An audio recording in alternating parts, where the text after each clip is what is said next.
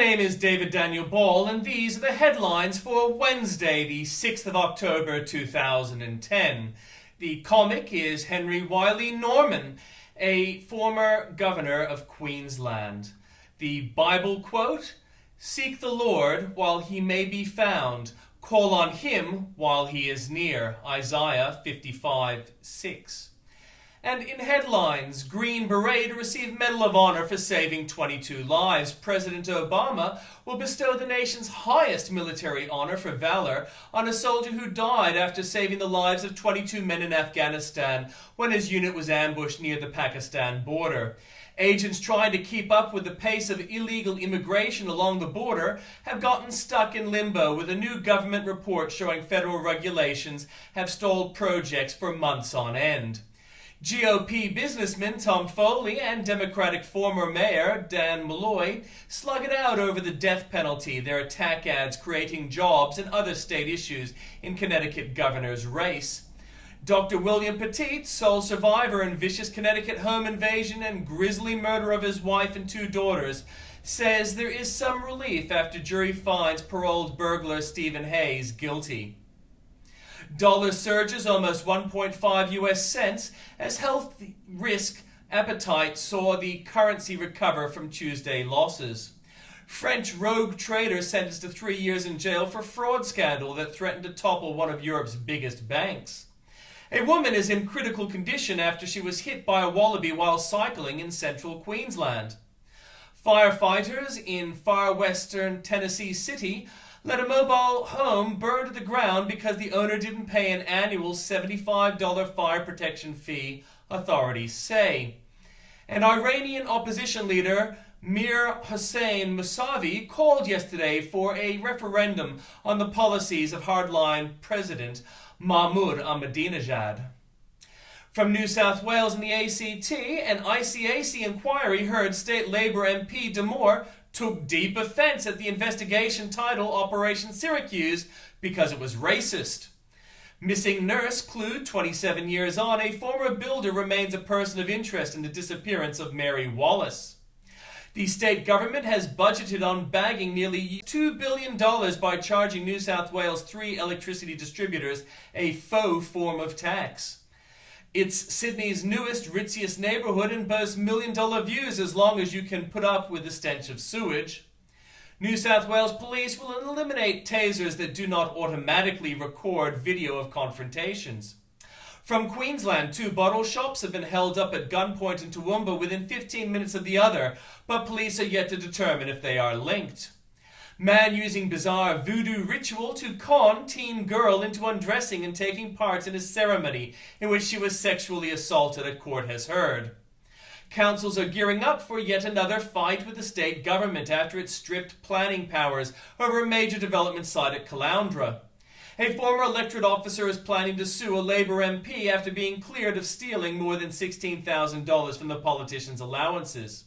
From Victoria, a 13-year-old girl was doused with capsicum foam after she brandished a large kitchen knife at police.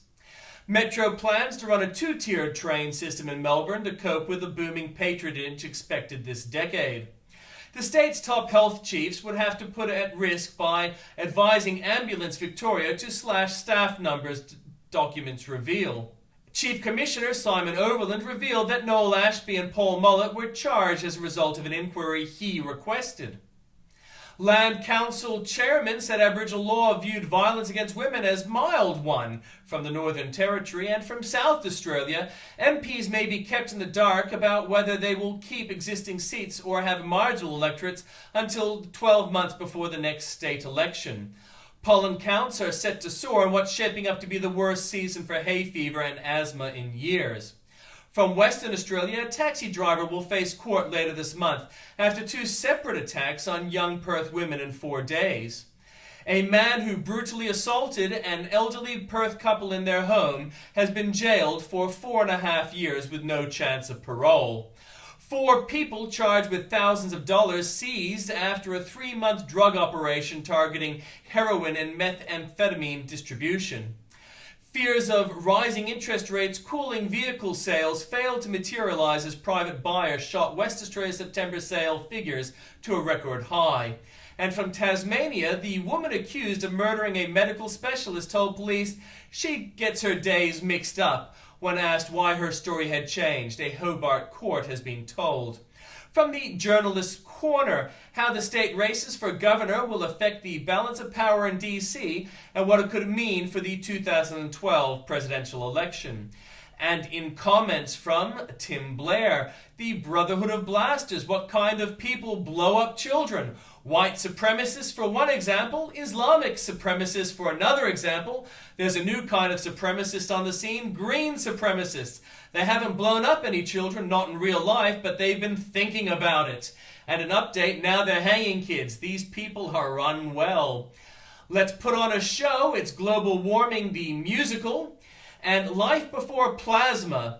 The bidding for this historically significant television set begins at just $25.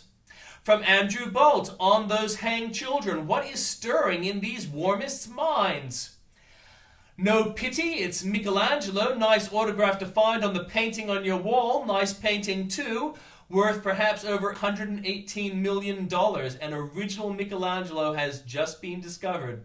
Oakshott knows all about gassing on.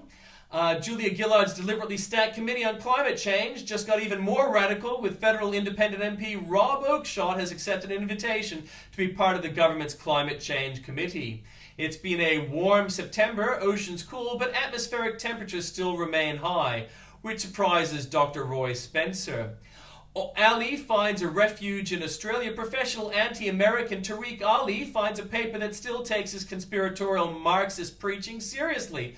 But why does the Age still see merit in a rant that includes such grotesque caricatures of the 1970s agitprop as what will be there at the links if you follow them? Gillard can't remember the name of the force we fight in Afghanistan. It's called Taliban, not Taliban. Gillard may mock, but Abbott is now in physical danger as a result of some of the things that she has said. Helping refugees should not mean this trouble. Black politicians aren't just for black voters. Human cane toads and the solar con seeming green but being greedy. More for you there at the link.